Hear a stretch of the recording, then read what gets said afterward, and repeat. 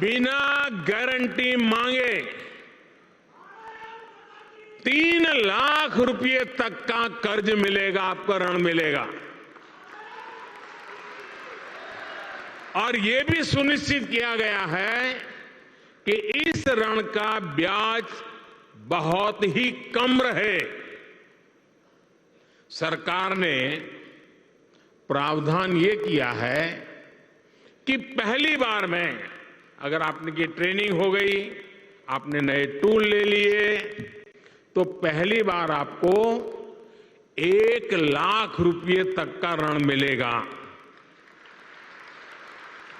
और जब आप ये चुका देंगे, ताकि पता चलेगा कि काम हो रहा है, तो फिर आपको 2 लाख रुपया का ऋण और उपलब्ध होगा। मेरे परिवारजनों, आज देश में वो सरकार है जो वंचितों को वरीयता देती है। ये हमारी सरकार ही है जो वन डिस्ट्रिक्ट वन प्रोडक्ट योजना के जरिए हर जिले के विशेष उत्पादों को बढ़ावा दे रही है। हमारी सरकार ने ही पहली बार रेहड़ी, पटरी, ठेले वालों को पीएम स्वनिधि के तहत मदद की है। बैंक के दरवाजे उनके लिए खोल दिए हैं।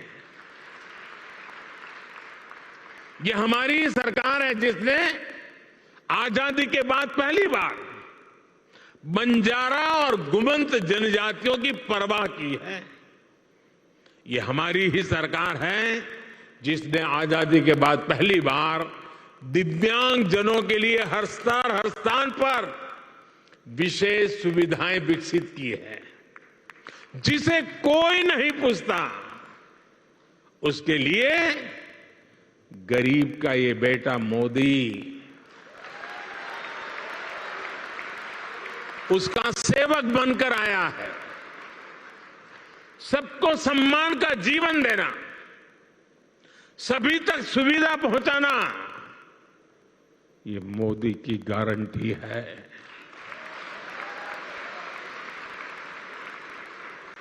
मेरे परिवारजनों, जब टेक्नोलॉजी और ट्रेडिशन मिलते हैं तो क्या कमाल होता है, ये पूरी दुनिया ने G20 क्राफ्ट बाजार में भी देखा है। G20 में हिस्सा लेने के लिए जो विदेशी मेहमान आए थे, उनको भी गिफ्ट में हमने विश्वकर्मा साथियों के बनाए सामान ही भेंट में दिए। लोकल के लिए वोकल का ये समर्पण हम सभी का, पूरे देश का दायित्व है। क्यों इसमें ठंडे पड़ गए? ना ना, मैं करूं तो क्यों ताली बजाते हो? आपको करने की बात आए तो रुक जाते हो।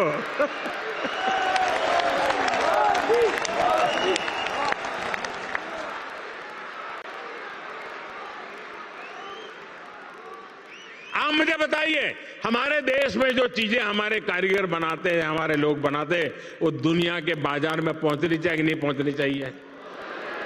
दुनिया के बाजार में बिकनी चाहिए कि नहीं बिकनी चाहिए?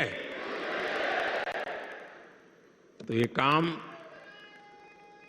पहले लोकल के लिए वोकल बनना पड़ेगा और फिर लोकल को ग्लोबल करना होगा।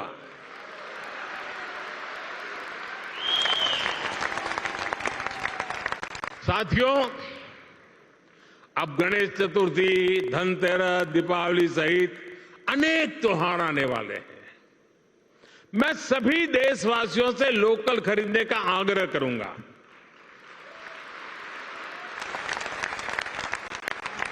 और जब मैं लोकल खरीदने की बात करता हूं तो कुछ लोगों को इतना ही लगता है कि दिवाली के दिए ले ले, बस और कुछ नहीं।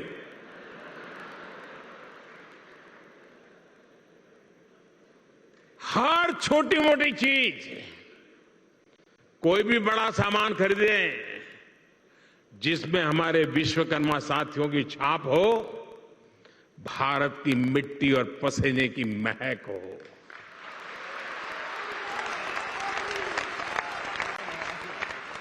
मेरे परिवारजनों, आज का विकसित होता हुआ भारत हर क्षेत्र में अपनी नई पहचान बना रहा है। कुछ दिन पहले हमने देखा है कि कैसे भारत मंडपम को लेकर दुनिया भर में चर्चा हुई है। ये इंटरनेशनल एग्जीबिशन सेंटर यशोभूमि इसी परंपरा को और भव्यता से आगे बढ़ाता है। और यशोभूमि का सीधा सीधा संदेश है, इस भूमि पर जो भी होगा यश ही यश प्राप्त होने वाला है।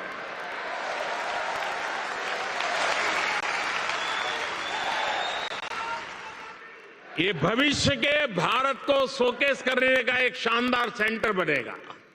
साथियों, भारत के बड़े आर्थिक सामर्थ्य, बड़ी व्यापारिक शक्ति को शोकेस करने के लिए भारत की राजधानी में जैसा सेंटर होना चाहिए, ये वो सेंटर है।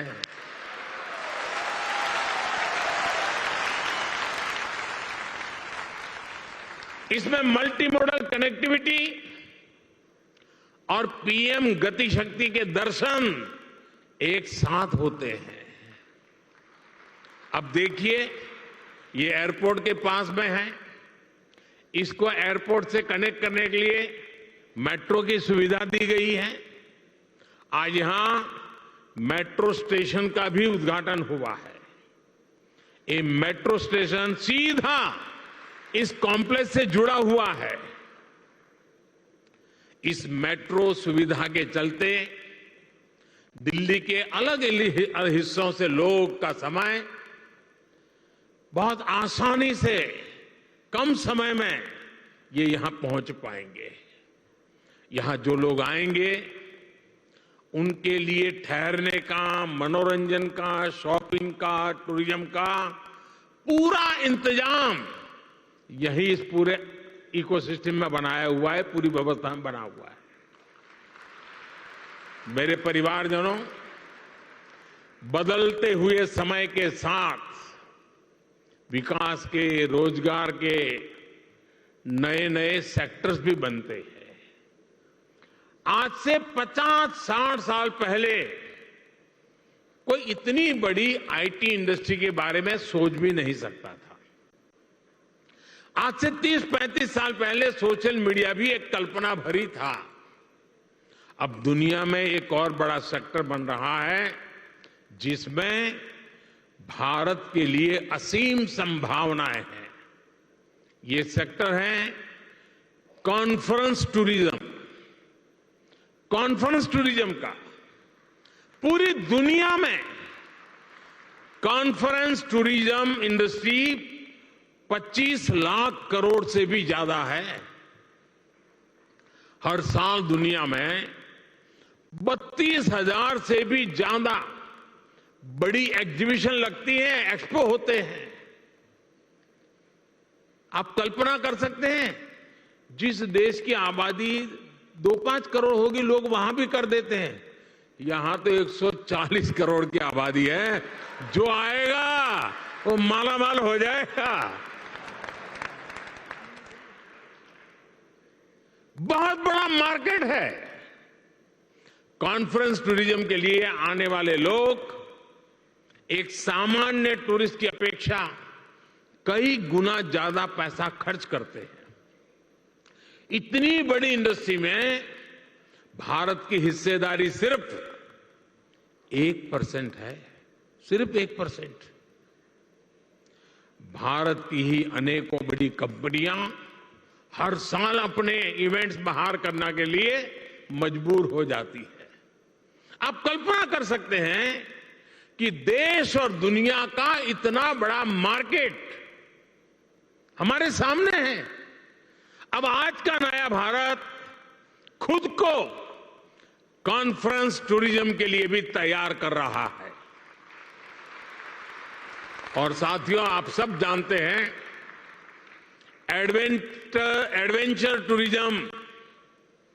एडवेंचर टूरिज्म वही होगा जहां एडवेंचर के साधन संसाधन हो।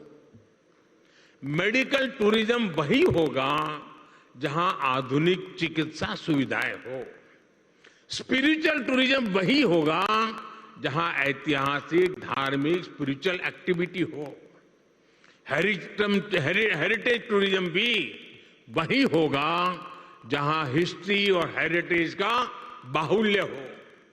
इसी तरह कॉन्फ्रेंस टूरिज्म भी वही होगा जहां इवेंट्स के लिए, मीटिंग्स के लिए, एग्जीबिशन के लिए जरूरी साधन संसाधन हो।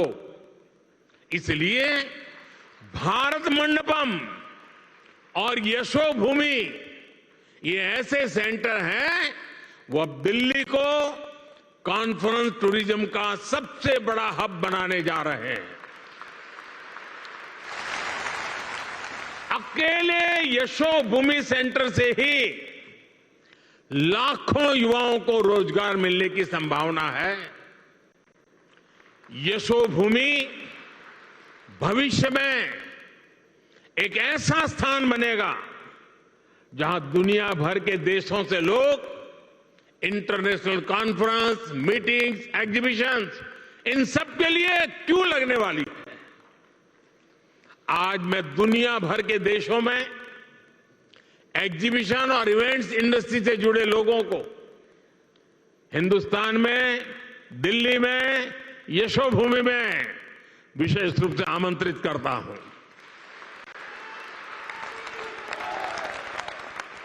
मैं देश की पूरब, पश्चिम, उत्तर, दक्षिण हर क्षेत्र की फिल्म इंडस्ट्री, टीवी इंडस्ट्री को आमंत्रित करूंगा।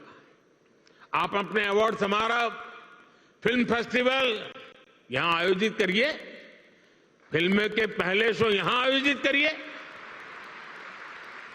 मैं international events companies, exhibition sector से जुड़े लोगों को भी भारत मंडपम और यशोभूमि से जुड़ने को आमंत्रित करता हूं। मेरा परिवारजनों, मुझे विश्वास है, भारत मंडपम हो या यशोभूमि, ये भारत के आतिथ्य, भारत की श्रेष्ठता और भारत की भव्यता के प्रतीक बनेंगे। भारत मंडपम और ये यशोभूमि दोनों में ही भारतीय संस्कृति और अत्याधुनिक सुविधाओं, इन दोनों का संगम है। आज ये दोनों भव्य प्रतिष्ठान नए भारत की यश गाथा देश और दुनिया के सामने गा रहे हैं। इनमें नए भारत की आकांक्षाओं का प्रतिबिंब भी है, जो अपने लिए सबसे बेहतरीन सुविधाएं चाहता है। साथियों, मेरे शब्द लिख के रखिए, भारत अब रुकने वाला नहीं है।